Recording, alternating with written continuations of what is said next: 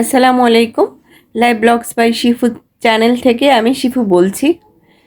কাছে কিংবা দূরে যে যেখান থেকে আমার ভিডিও দেখছেন না কেন, আশা রাখছি সবাই সুস্থ আছেন, ভালো আছেন। আলহামদুলিল্লাহ, আমরাও ভালো আছি।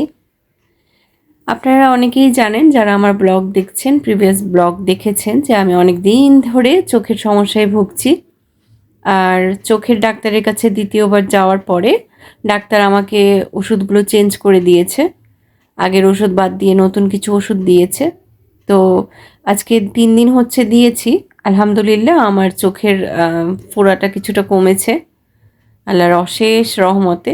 এই চোখ নিয়ে আমি ভীষণ কষ্ট পেয়েছি, ভীষণ কষ্ট পোহাইতে হয়েছে আমার। আমি কিছুদিন বেরও হতে পারিনি, খুব প্রয়োজন ছাড়া বের হতে পারিনি। আমার খুব ইম্পর্টেন্ট কিছু কাজ ছিল, সেগুলো তো জয়েনই করতে পারিনি। তো কিছু করার ছিল না, আসলে চোখ খুব সেনসিটিভ জিনিস, সেটা তো অবহেলা করলেও চলে না। তো ভিডিও রিলেটেড কথায় আসি। ভিডিওতে দেখতে পাচ্ছেন আমি গরুর মাংসের মশলাগুলো গরুর মাংসের সাথে অ্যাড করে নিচ্ছিলাম। তো হঠাৎ করে রাতে আমার খুব বেশি ক্র্যাভিংস উঠেছিল যে আমি একদম ঝাল ঝাল গরুর মাংসের ভুনা খাবো। যেমন ভাবা ঠিক তেমনই কাজ। আমি গরুর মাংসের ভুনাটা করার জন্য এর মধ্যে সব রকমের মশলা দিয়েছিলাম, সরিষার তেল দিয়েছিলাম। তো কিছুটা ম্যারিনেট করে রাখি। আর এই প্রসেসে আমি কখনোই তরকারিতে আলু ছাড়া তেমন একটা খাই না, তবে ইদানিং আলু ছাড়াই খাওয়া হচ্ছে।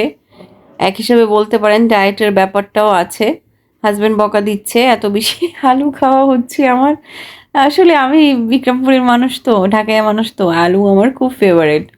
আমার বাচ্চাদের আলু ছাড়া আমি কোনো কিছু ভাবতেই পারি না। আলু দিয়ে তরকারি, আলু দিয়ে সব কিছু, ভাজিতে আলু, সব কিছুতে আলু দিলে আমার মজা লাগে। আলুটা আমার খুব ফেভারিট। ছোটোবেলায় যখন আম্মা যেদিন শুনতাম যে আলু ভাজি রান্না করছে, সেদিন এত খুশি হতাম, মানে আলু ভাজি বলতেই দুর্বল, আলু বলতেই দুর্বল। তো যাই হোক, আলুর বিষয়ে আলুর প্রসঙ্গটা বাদ দিই। আমি আর কিছুদিন পরে আরও ফুটে যাব, মোটা হয়ে যাচ্ছি, এটা তো বলেছিলাম। একটু চেষ্টা করছি যে না, একটু ডায়েটটা ঠিক হোক। তো না, সবসময় আসলে আলু দিয়েও যে তরকারি ভালো লাগে তাও না। মধ্যবিত্ত পরিবারের যদি কথা বলেন, আসলে মধ্যবিত্ত পরিবারে আলু ছাড়া তরকারি চিন্তা করা যায় না।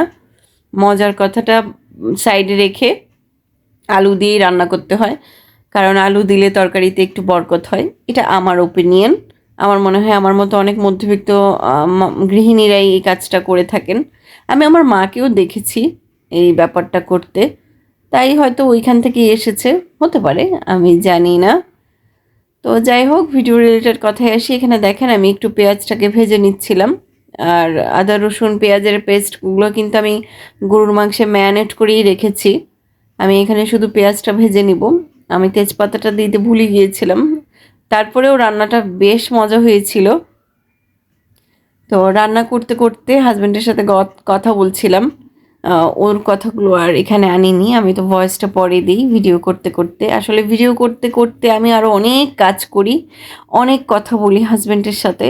আমরা প্রায় দেখা যায় যে যখনই সময় পাই দুইজন সংসারের অনেক আলাপ করি, অনেক কথা বলি। আর আমার হাজব্যান্ড এবং আমার একটা বিশেষ মিল আছে, আমরা দুইজনই খুব বেশি কথা বলতে পছন্দ করি। আর কারোর সাথে একবার মিশে গেলে দেখা যায় যে ওই কথাই বলতে থাকি, মানে খুব কথা বলি, মানে কথা বলতে খুব পছন্দ করি।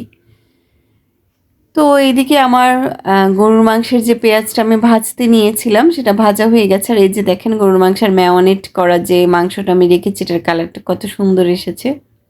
তো এখন আমি এটাকে ভেজে ভেজে নিব, পানিও দিয়ে নিব একটু।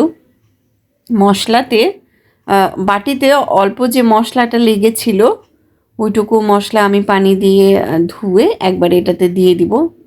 আমার খুব পছন্দের একটা আপুর কথা আজকে আমি আমার ভিডিওতে একটু বলি। আমার একটা পছন্দের আপু আছে, কানিজ আপু। উনিও ডেইলি ব্লগার। কানিজ আপুর যে সুন্দর করে নিজেকে উপস্থাপন করে, অনেক সুন্দর করে যে কথা বলে, আমি আসলে এত সুন্দর করে কথা বলতে পারি না। তো ওনার ভিডিও দেখার সবচেয়ে বড় কারণ হচ্ছে উনি যখন কথা বলে না, কথাগুলো খুব সুন্দর করে বলে। তো ওনার কাছ থেকে এই কথাটা আসলেই শেখার আছে। এই কথা বলাটাও একটা আর্ট, এটা আসলে সবার মধ্যে থাকে না, এটা চর্চারও বিষয়। তো কানিজাপুর থেকে আমি অনেক শিখি, অনেক দেখি। কানিজাপু খুব সুন্দর করে কথা বলতে পারেন, খুব সুন্দর করে মানুষকে বোঝাতে পারেন। আমি আবার এত গুছিয়ে কথা বলতে পারি না, এত সুন্দর করে মানুষকে বোঝাতেও পারি না। তো কথা বলতে বলতে এখানে দেখেন আমার কিন্তু প্রায় আধা ঘন্টার মধ্যেই চুলাতেই প্রেশার কুকার ছাড়াই গরুর মাংসের ভুনাটা হয়ে গেছে, কারণ যেহেতু কোয়ান্টিটি একটু কম নিয়েছিলাম তাই হয়ে গেছে। আমি অল্পই শুধু রাতের জন্যই রান্না করেছিলাম। তো রাতে রান্না করার পরও একটু রয়ে গিয়েছিল। পরদিন সকালে দেখেন আমি এই যে ভাত রান্না করেছি, ভাতের উপরে স্টিমটা দিয়েছি। ওই স্টিমের মধ্যে ওই 4 টুকরো গরুর মাংস ছিল গতকাল রাতের, আর কুমড়া ভাজি। তো এগুলো আর আলাদা করে গ্যাসে গরম করিনি, এগুলো এখানে রাইস কুকারের উপরে স্টিম হতে দিয়ে দিয়েছি। স্টিমের ধোঁয়াতেই এটা গরম হয়ে যাবে, এতে করে আমার কিন্তু গ্যাসটা সাশ্রয় হচ্ছে, গ্যাসটা বেঁচে যাচ্ছে। আমি ম্যাক্সিমাম আগের দিন রাতের যদি কোনো তরকারি বা কোনো কিছু যদি থেকে যায়, তাহলে এগুলো আমি এভাবে রাইস কুকারের উপরে দিয়ে গরম করে ফেলি। এতে কিন্তু আমার গ্যাস অনেকটাই সাশ্রয় হয়, যেহেতু আমার সিলিন্ডারের গ্যাস। আর এরপরে আমি আজকের যে তরকারিগুলো ছিল এগুলো সব আপনাদেরকে দেখিয়ে দিচ্ছি। আজকে খুব একটা রান্নার ঝামেলা ছিল না, তারপরেও চিন্তা করেছিলাম আমি কিছুটা কাজ এগিয়ে রাখি, যেহেতু আমাকে একটু বের হতে হবে। আমি রবিবার থেকে একটু ব্যস্ত হয়ে যাব, বের হব ইনশাআল্লাহ। আর তাই আমি চেষ্টা করছিলাম যে আমার যে রান্নাবাড়ির কাজ এগুলো একটু এগিয়ে রাখি। ও হ্যাঁ, বাচ্চাদেরকে নিয়ে যেহেতু স্কুলে যাব, ওদের যে ফ্রি ফাউন্ডেশন ক্লাস চলছে ওই ক্লাসের জন্য আমি আসলে যেহেতু বের হচ্ছি, তো দেখা যায় যে দুপুর 1টা বেজে যায়, অনেক সময় 2টা বেজে যায় এই ক্লাসগুলো করতে করতে। তো সেই জন্য চিন্তা করেছিলাম যে না, কাজ একটু এগিয়ে রাখি, অন্য দিন অন্য কাজ করব। আমি কিন্তু অফ ক্যামেরায় অনেক কাজ করেছি, সকালে উঠে অনেক বাসন ধুয়েছিলাম, তারপরে এই যে তরকারিগুলো কেটে কুটে রেডি করেছিলাম, এগুলো কিন্তু অফ ক্যামেরাই করেছি, ক্যামেরা নিয়ে আর করিনি। বিকালের দিকে আমার আমার বাচ্চারা বলছিল যে অনেক দিন হয়েছে ছাদে নিয়ে যাও না।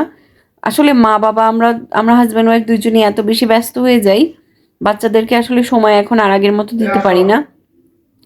সময় দিতে পারি না বললে ভুল হবে, আসলে কি যে এই যে বাচ্চাদের যে নিয়ে একটু বের হওয়া হবে, একটু ছাদে আসা হবে, একটু নিচে হাঁটতে যাব, ওইটার এনার্জিটা আর সাংসারিক কাজ আবার যদি বাইরেরও কাজ করি, ওগুলো মিলে না আসলে হয় না। তাই আসলে আজকে ওরা বলছিল যে ছাদে নিয়ে আসতে, তাই চিন্তা করলাম চলো ছাদে নিয়ে যাই। আমি যেহেতু 4 তলায় থাকি, আমার ছাদটা হচ্ছে 10 তলায়, ভালোই দূরে। তো আমি চিন্তা করেছি যে ছাদে একটু চা খাবো প্রকৃতি দেখতে দেখতে, যেই ভাবা সেই কাজ। আমি আমার ফ্লাক্সে করে ছাদে চা নিয়ে যাই, দেন আমরা জামাই বউ চা খাই। বাচ্চাদের জন্য চকলেট নিয়ে গিয়েছিলাম, কিন্তু বাচ্চারা চকলেট খায়নি, ওরা ওদের খেলা নিয়ে ব্যস্ত ছিল। আর আমি টুকটাক প্রকৃতির ভিডিও করছিলাম আর চিন্তা করছিলাম যে আপনাদের সাথে শেয়ার করব। আপনাদের সাথে আমার ফিলিংসগুলো কম বেশি তো সবই শেয়ার করি, এই জন্য এগুলো শেয়ার করছিলাম। তো এই যে দেখেন বাবুরা সাইকেল চালাচ্ছে, ওরা আসলে খোলা জায়গাটা তো খুব কম পায়, দেখা যায় যে এই ছাদে গেলে বা নিচে গেলে খুব খুশি হয়। আর সারাদিন ইট পাথরের ফ্ল্যাট বাড়িতে বন্ধ থাকে, ঘরবন্দি থাকে, কোনো বন্ধু বান্ধব নেই, কারো বাসায় যাইও না।